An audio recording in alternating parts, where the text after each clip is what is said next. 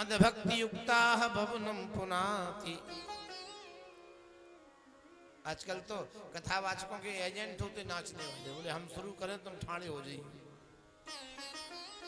हाँ, और उनकी बड़ी उपलब्धि मानते हैं नाच के लिए। हाँ, हाथ उठाओ। एक निवेदन करूं, माताओं को हाथ नहीं उठाना चाहिए, माताओं को हाथ जोड़ना चाहिए, ऊपर नहीं उठाना चाहिए। दो कार्य नहीं करना चाहिए माताओं, केस खुले नहीं रखना चाहिए, केस खुले तो किसी को नहीं रखना चाहिए, ये अशुभ है। जब कोई स्त्री विधवा होती तो तुरंत उसके केस खोल दिए जाते, तुरंत। जैसे पति मरा पहले केस खोलो, केस खुला अशुभ माना जाता है। और किसी भी माता को हाथ नहीं उठाना चाहिए।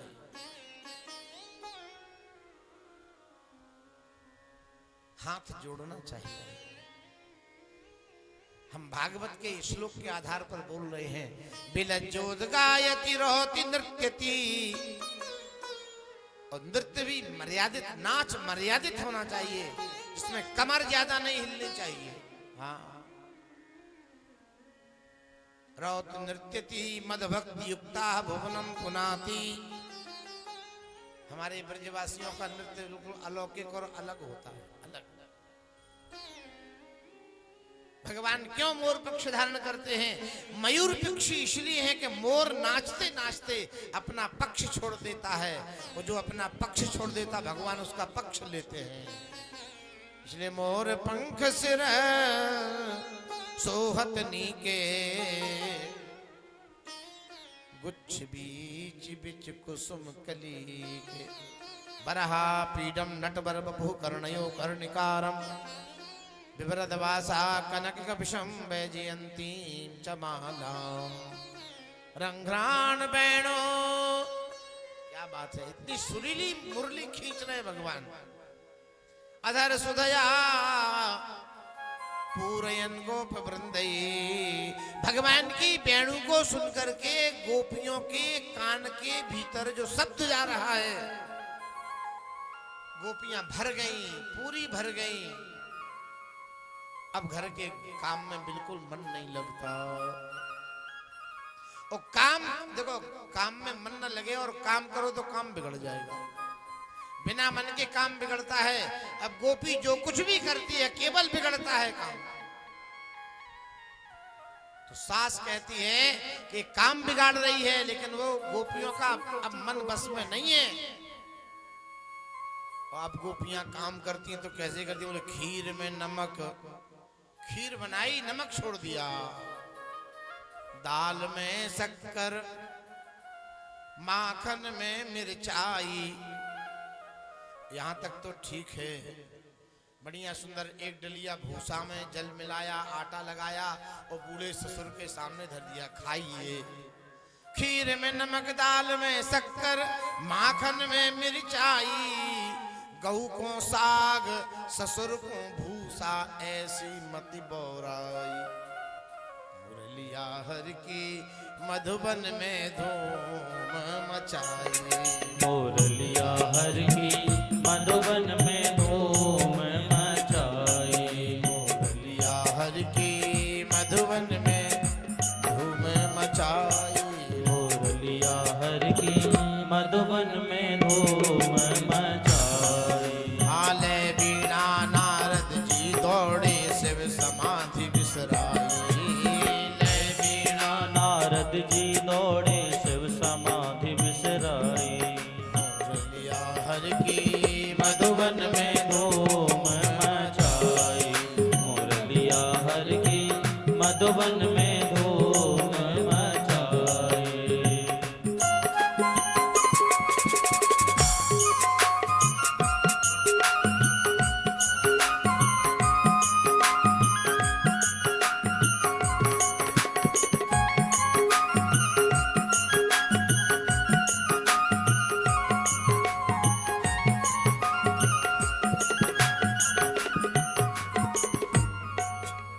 खीर में नमक, दाल में शक्कर, माखन में मिर्चाई।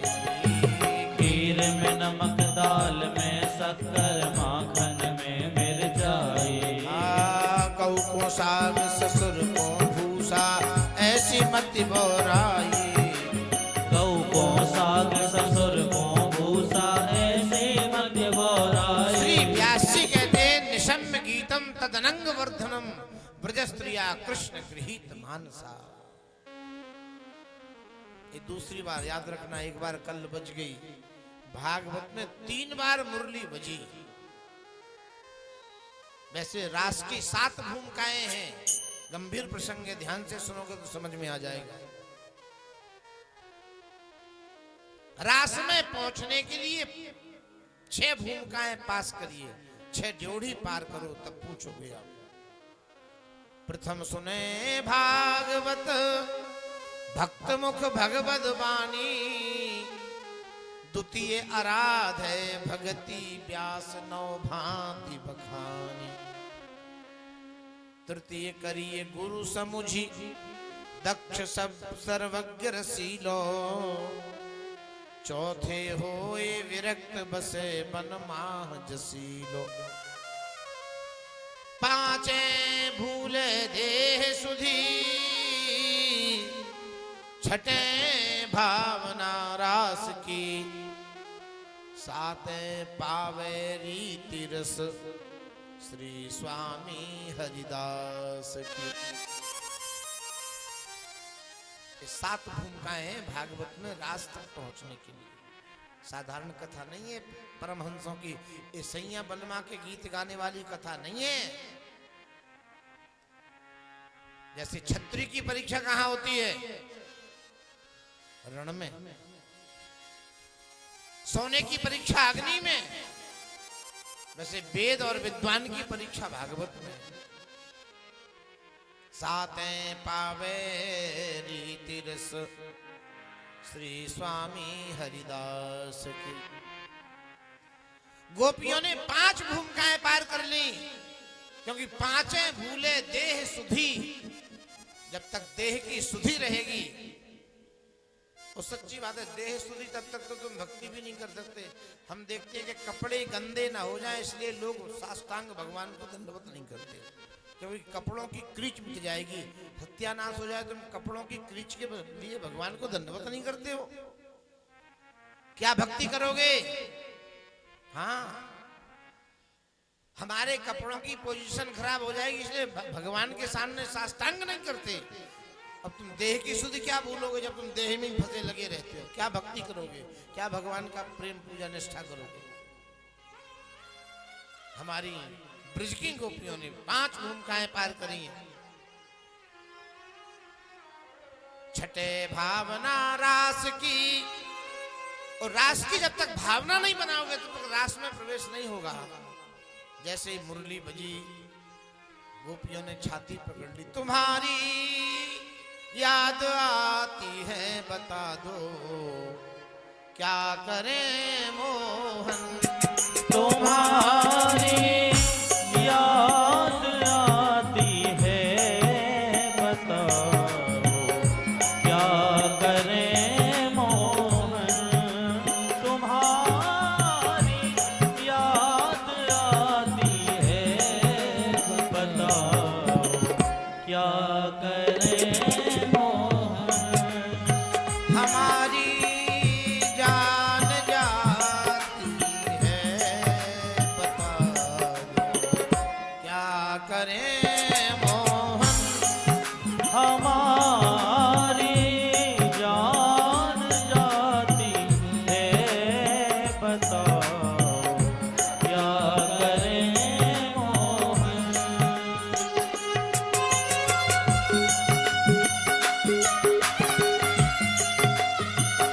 बोलो बांके बिहारी लाल की जय।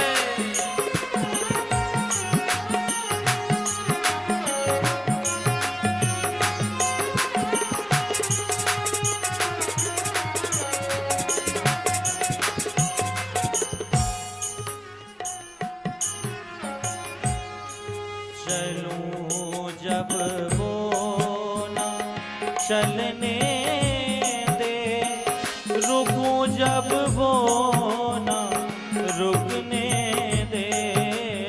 चलूं जब वो ना चलने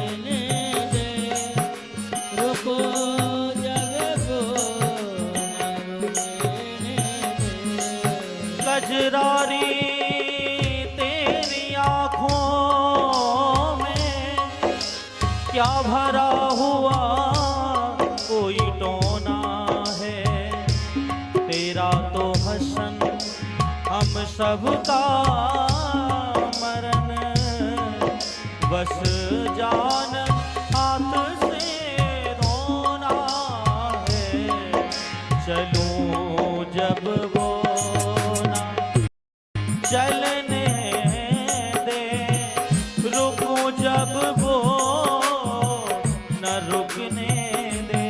चैन मन में नहीं आता, मिलूं औरों से न मिलने दे, बताओ क्या करें मोहन, तुम्हारी याद आती है, बताओ क्या करें मोहन। व्यास जी कहते अनंग वर्धनम, अंतःकरण में ऐसी एक लहर उठी कि जिसने संसार के संबंध से बिल्कुल कनेक्शन काट दिया। भगवान में श्रद्धा होगी कब, जब संसार से श्रद्धा हो जाएगी कम, तब भगवान में जुड़ोगे। भोग और मोक्ष साथ में नहीं होता, याद रखना। या तो भोग कर लो या मोक्ष की कामना हो। मानव जन्म में तीन चीजें बड़ी दुर्लभ है, मनुष्यत्वम, मुमुक्षुत्वम, महापुरुष संश्रया। पहले तो मानव हो, मनुष्य हो, मानवता ले आओ। आदमी बनने की योग्यता होनी चाहिए। मानवोचित धर्मों का विधिवत वेदानुप्रणत पालन होना चाहिए। क्या मनुष्य है या नहीं?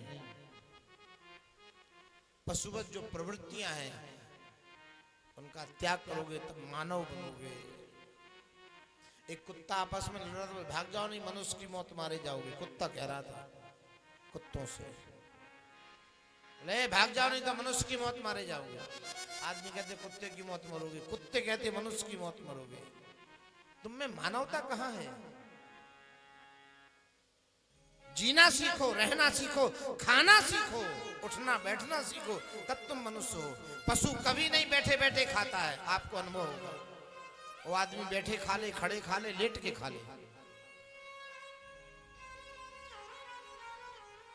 मनुष्यत्व बहुत कठिन है, बहुत कठिन।